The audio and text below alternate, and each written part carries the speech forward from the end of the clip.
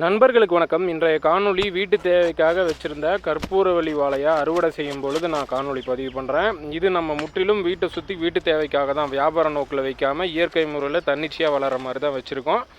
அதுவே நல்ல அறுவடை தான். எல்லா மண்ணிலையுமே கற்பூரவள்ளி வாழை பொதுவாக வரும். முக்கியமாக தற்போதைய நிலையில் பார்த்திங்கன்னா ஓணம் டைமுக்கு கிட்டத்தட்ட கிலோ கற்பூரவள்ளி வாழை 30 ரூபாய்க்கு வியாபாரிகள் விவசாயிகள்கிட்டயே வெட்டியிருக்காங்க. இப்போ நீங்கள் பார்க்குற வாழைத்தாரானது கண்டிப்பாக 20 கிலோவுக்கு மேலே விழுகும்.